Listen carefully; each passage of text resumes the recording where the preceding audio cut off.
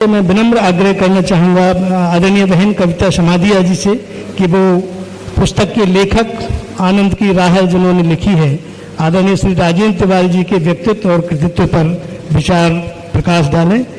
आदरणीय बहन कविता समाधि। मंचस्थ सभी अतिथियों को एक बार पुनः प्रणाम और इस सदन में विराजमान सभी विशिष्ट अतिथि ही हैं, क्योंकि बड़ी आत्मीयता से बड़े मनुहार के साथ आप यहाँ आमंत्रित किए गए हैं और आपने उस आमंत्रण को स्वीकार भी किया है।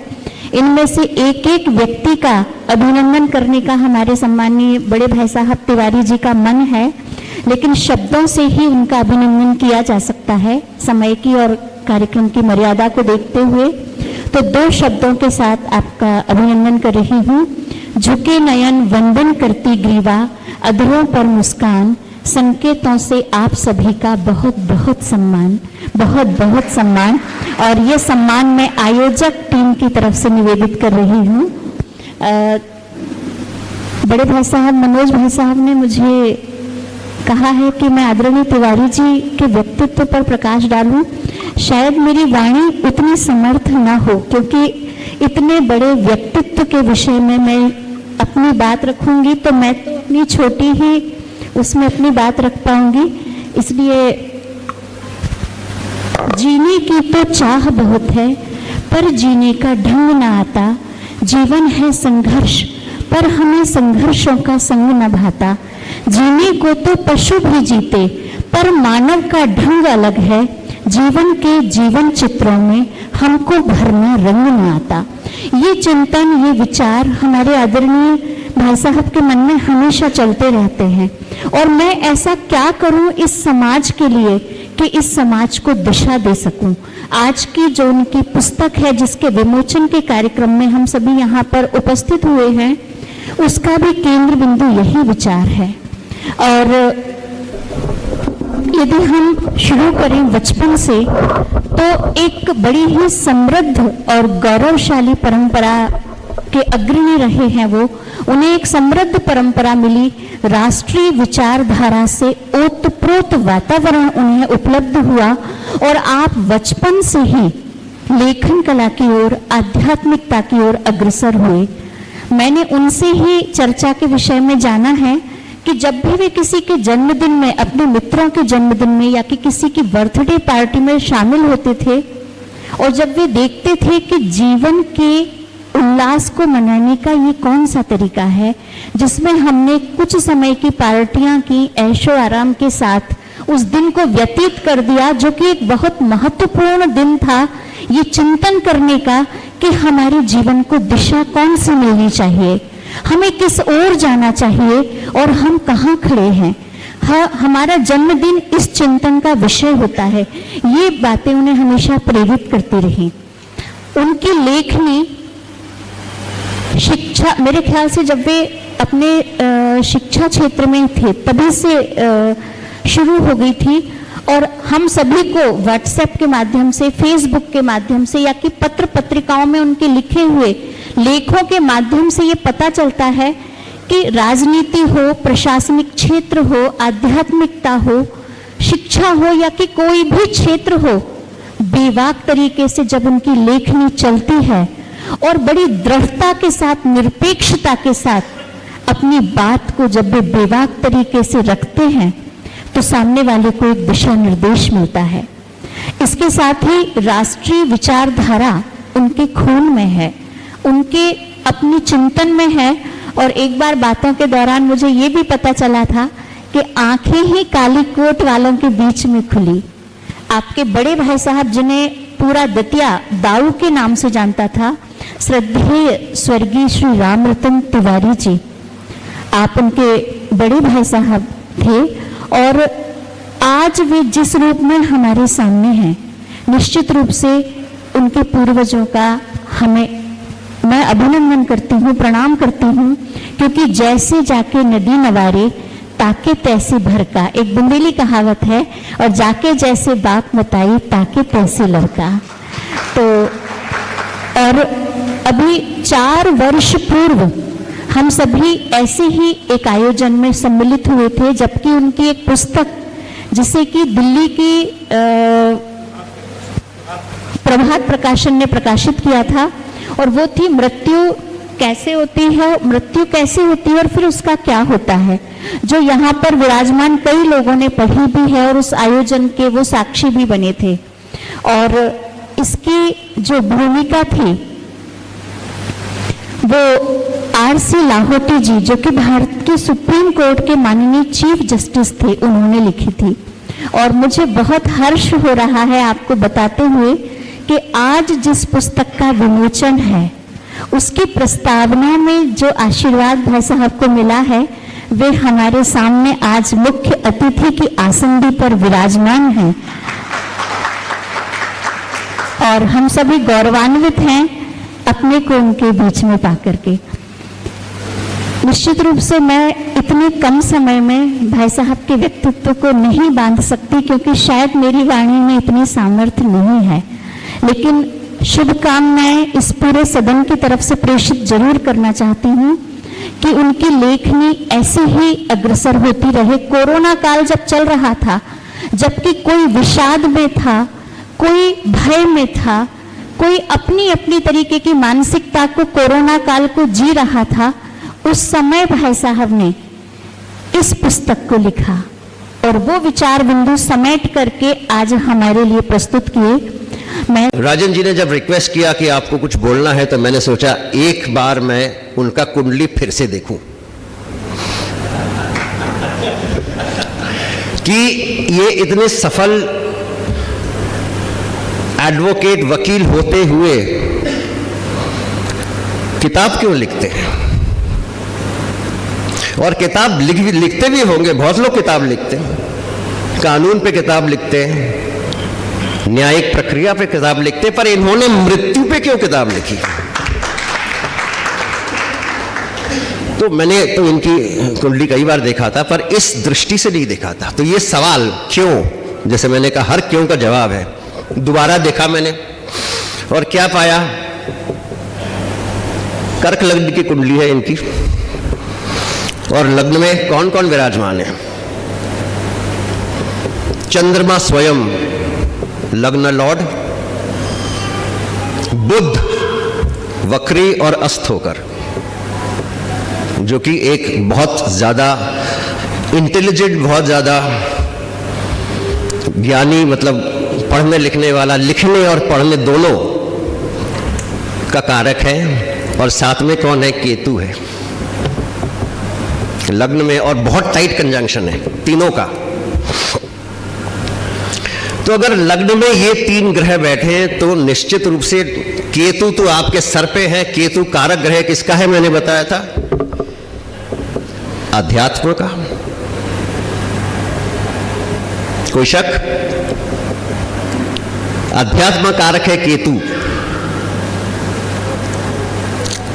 और वो इनके दिमाग में बैठा हुआ, इनके लग्न में। लग्न मतलब सर, इस ये शरीर का ये पोर्शन। पर न्यायिक सेवा में या वकील बनने के लिए कौन कौन से ग्रह की जरूरत है, यहाँ पे आपसे परमिशन लेके कुछ डिस्कस करना चाहूँगा। सबसे पहले तो ज्ञान होना बहुत ज़रूरी है। ज्ञान का कौन है कारक, गुरु बृहस्पति। और दूसरा, शनि के बिना तो आप बिल्कुल भी, आप लोग सब न्यायिक सेवा में हैं। शनि और गुरु मुख्य रूप से बहुत आवश्यक है, स्ट्रांग होना, तभी जाकर आप न्याय की सेवा कर पाएंगे। और साथ ही 9th हाउस, जो कि जस्टिस का भी हाउस है, जो धर्म का हाउस है, जो 9th हाउस एवं तुला राशि। तुला राशि क्यों, क्योंकि तुला राशि में जाकर शनि देव उच्च के होते हैं। तो जब ये सब परिस्थिति देखी मैंने, तो राजन जी के कुंडली में शनि तीसरे भाव में बैठकर 9th हाउस को देख रहे हैं, और गुरु 10th हाउस में बैठकर 6th हाउस को देख रहे हैं। 6th बहुत जरूरी है कि कोर्ट कचहरी से संबंधित है, और 12th सजा देने वाली जो घर है। तो जब इनका गुरु 6th हाउस को एस्पेक्ट कर रहा है, 6th पे दृष्टि है और शनि का 12th में दृष्टि है, तो कैसे नहीं बनेंगे? मैंने तुला की बात करी, जहां पे शनि उच्च का होता है, नवांश कुंडली में वो इनका लग्न है, जहां पे शनि उच्च का होता है, और लग्न कुंडली में चौथे में गुरु उच्च का होता है। तो ये दोनों जो है 100% मैच कर रहा है। तो किसी को कोई शक नहीं होनी चाहिए कि ये शख्स हमारे राजन जी इतने सफल वकील कैसे बने। पर अब सवाल ये उठता है कि फिर उसके बाद इन्होंने किताब मृत्यु पर क्यों लिखी?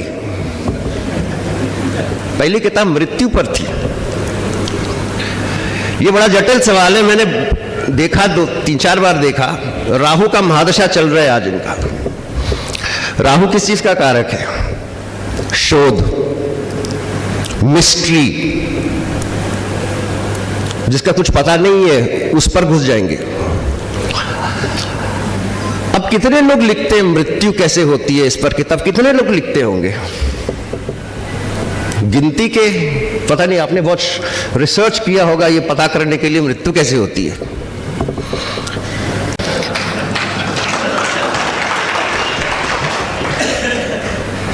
और ये भी बता दूं, इनके नाम पे 2nd हाउस इनका सूर्य है, अंतर्राष्ट्रीय प्रसिद्धि भी है। और मैं आग्रह करूंगा, सीरियसली सोचे जरा इस किताब को, पहली वाली किताब को आप अंग्रेजी में अनुवाद करिए, पूरी दुनिया आपको पहचानेगी। आपने अभी 3 साल हो गए सोचते ही रहे, पर अभी कर डालिए। इंतजार कर रहा है आपका इंटरनेशनल फेम। हाँ जी, हाँ मालूम है।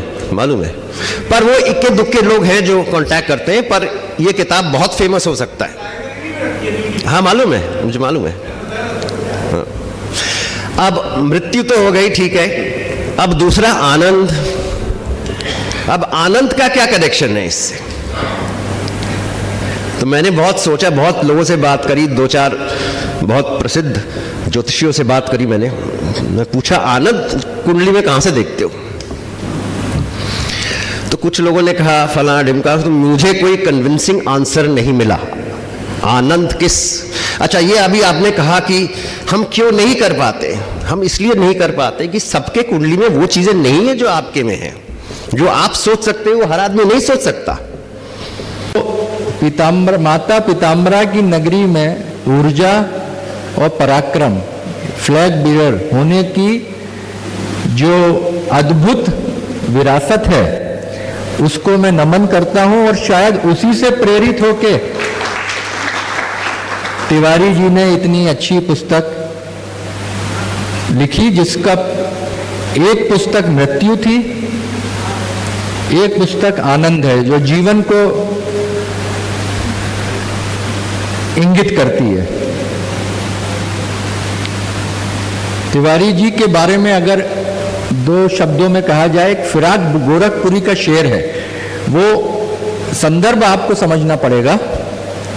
उसमें वो लिखते हैं, हर आदमी के लिए कहा उन्होंने कि पाल ले एक रोग नादा इस सफर के वास्ते, पाल ले एक रोग नादा इस सफर के वास्ते, सिर्फ सेहत के सहारे जिंदगी कटती नहीं। अब लोग अलग अलग रोग पाल लेते हैं जिंदगी को चलाने के लिए। तिवारी जी ने ज्ञान का या ज्ञान के प्रसार का, रचना धर्मिता का, क्रियाशीलता का रोग पाला। उसको उन संदर्भ में समझना है, रोग नहीं है ये, एक इस विशेषण को दिया है। उसका आशय है एक शौक, हॉबी। इन्होंने एक जो ये शौक पाला, इन्होंने एक जो ये कर्तव्य संधारित किया, उसी की ये परिणति है ये पुस्तक। पहली पुस्तक मृत्यु क्यों होती है, उस पर काफी विशद वर्णन किया। दूसरी पुस्तक ये कि आनंद की राह। आनंद की राह, वस्तुतः आनंद एक स्थिति है। जो मुझे लगता है, आनंद एक यात्रा है, आनंद एक मंजिल नहीं है। इसी प्रकार से आनंद एक विधायी तत्व है, अफर्मेटिव स्टेटमेंट है। जैसे प्रकाश एक विधायी तत्व है, अफर्मेटिव स्टेटमेंट। अंधकार कुछ नहीं होता है। अंधकार क्या है? प्रकाश का अभाव। तो मूल तत्व जो है वो जीवन का मूल तत्व, विधायी तत्व आनंद है। ये प्रकृति मूलक है। मैं तिवारी जी का बड़ा आभारी हूं कि उन्होंने ऐसा मौका दिया, मुझे उनकी किताब की प्रस्तावना लिखने का मौका मिला। मेरे लिए भी एक वो आनंद की प्रक्रिया थी। 4-6 महीने मुझे लगे उस पूरी किताब को पढ़ने और समझने में। जब मैंने समझा उसके बाद वो मैंने 1.5 पेज लिखे हैं। तो वो मेरे लिए अपने आप में एक आनंद की राह थी। आज मैं यहाँ आया हूँ तो मैं यहाँ पिछले कुछ दिनों से कार्यक्रम एलूवालिया साहब के, मेरे, हम सब के इतने व्यस्त कार्यक्रम थे, चीफ जस्टिस साहब आए हुए हैं, लेकिन उसके बाद भी हम लोग आए क्योंकि हम लोग आनंद में रहना चाहते थे। तो ग्वालियर से दतिया की जो राह थी वो आनंद की राह थी, इसलिए आए।